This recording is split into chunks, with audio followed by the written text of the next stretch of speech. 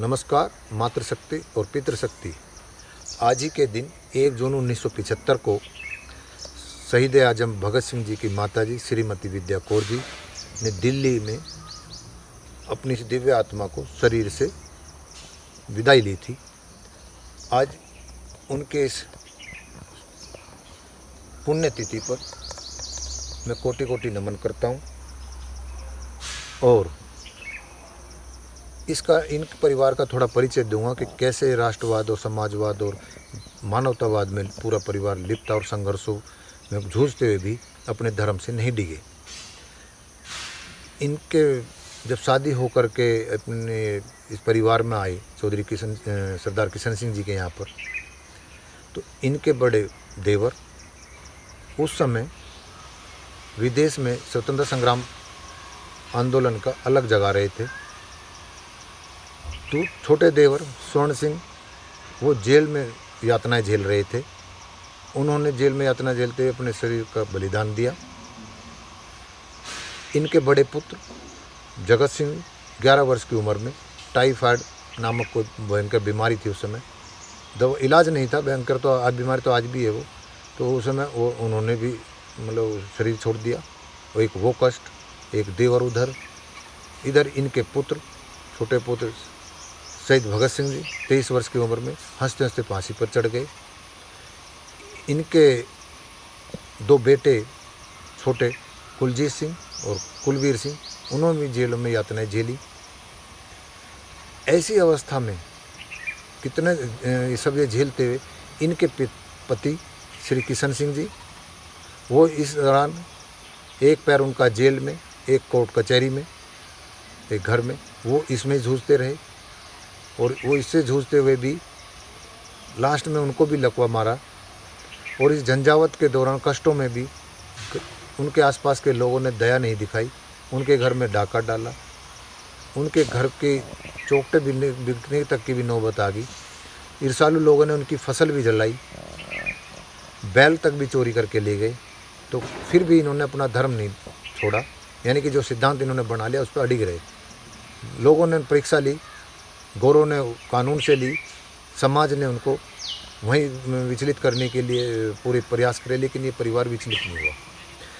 ये तो इनका आप देख लीजिए, सिद्धांत इसलिए मायने रखते हैं, इसलिए वे दिलों में राज कर रहा है पूरा परिवार। इनके मैं कुछ और प्रसंग सुनाता हूँ। ये मुझे आज ही चौधरी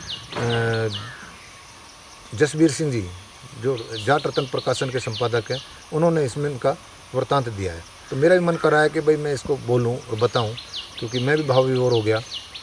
तो इनका बताते हैं कि 9 जून 1965 को उज्जैन के महाकवि श्री कृष्ण जी सरल, उन्होंने इनकी पुस्तक का विमोचन के लिए बुलाया था।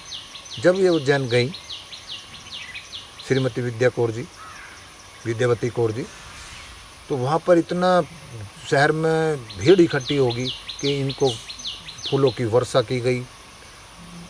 मतलब ऐसा सम्मान, भाव विभोर वाला सम्मान था।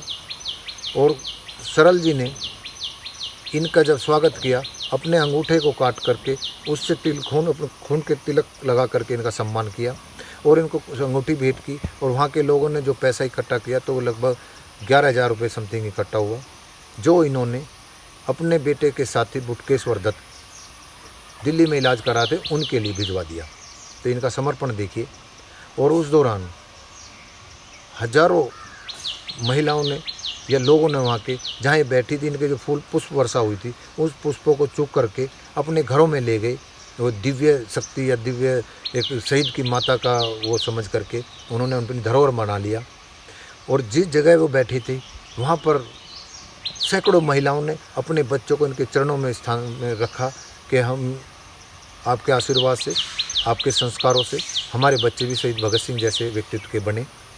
और यहाँ तक हुआ कि जब वो वहाँ से उठी, तो उस मिट्टी को लोगों ने अपने माथे से लगा लिया, पूजनीय बना लिया, अपने घरों पर उस मिट्टी को भी उठा करके ले गए। तो वो ऐसी दिव्य आत्मा थी, ऐसा दिलों का सम्मान था, आप समझ नहीं सकते।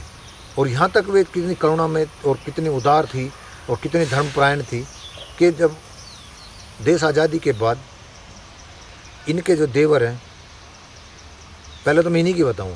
तो ये जब आज़ादी के बाद जो इनके बेटे के शहीद भगत सिंह जी के साथी थे, बीमार थे, कोई साधारण परिवार के लोग ही आगे आते हैं।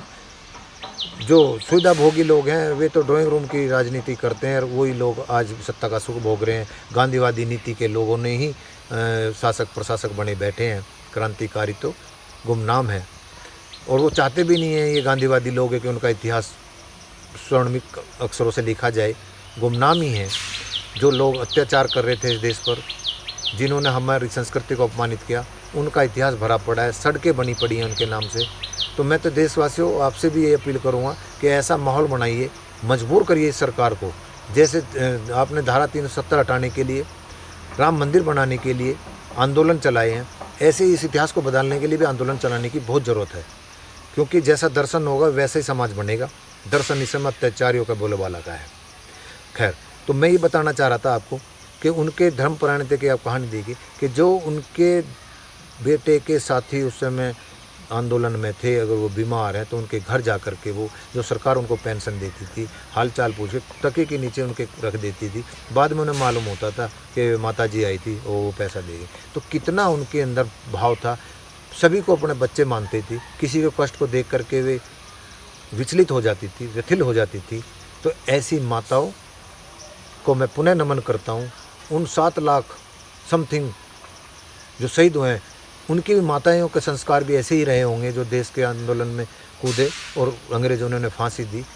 उनको वापस उनका इतिहास खंगालिए, उन माताओं का सम्मान बढ़ाइए, उन पुरुषों का सम्मान बढ़ाइए, महापुरुषों का। तो मैं यही बोलना चाह रहा था कि भैया माताओं का ही रोल है कि जो कहते हैं ना कि जननी जने या दाता या नूर, नहीं तो जननी बांझ रहे काहे गवाए नूर। ये बड़ा गहरा शब्द है। इससे राष्ट्र का भी, उस परिवार का भी, उस कुल का भी नाम रोशन होता है। जिस घर में ऐसे माता का चिंतन होगा, नारी का चिंतन होगा। मैं आज देखता हूँ, दर्शन करता हूँ कि एक हमारे यहाँ बहुत बड़ा उद्योग घराना है इस समय, है तो कम समय का रईस। उनके 2 पुत्र हैं, एक पुत्र मतलब रईसों में गिनती है उनकी, लेकिन वो उनका अभी जांच हुई थी यूपीए सरकार में कि वो ओएनजीसी के जो कुएं बनते हैं उनके अधिकारियों से मिलकर तेल चोरी करते, लाखों करोड़ों रुपए का उन्होंने चोरी किया, कई लाख करोड़ का। और वो एक आयोग बना, उसमें सिद्ध भी हुआ यूपीए सरकार के दौरान ही। और इस सरकार ने उनसे कुछ पैसे ले देगा, वो आयोग को वो रिपोर्ट दबाए रखी। जब 2014 में मोदी जी की सरकार आई तो उन पर कुछ शिकंजा खींचा, तो कुछ 100 करोड़ रुपया उनसे ले करके वो अभी दबा रखी है, उस पर बहुत ज़्यादा उजागर है। तो ऐसी माता जो, एक तो वो माता थी जो गरीबी में भी देश और कर्तव्य प्राण के प्रति निष्ठ रही, एक ये हैं जो अपने व्यक्तिगत विकास के लिए देश के साथ, सरकार के उपक्रमों के साथ चोरी कर सकते हैं।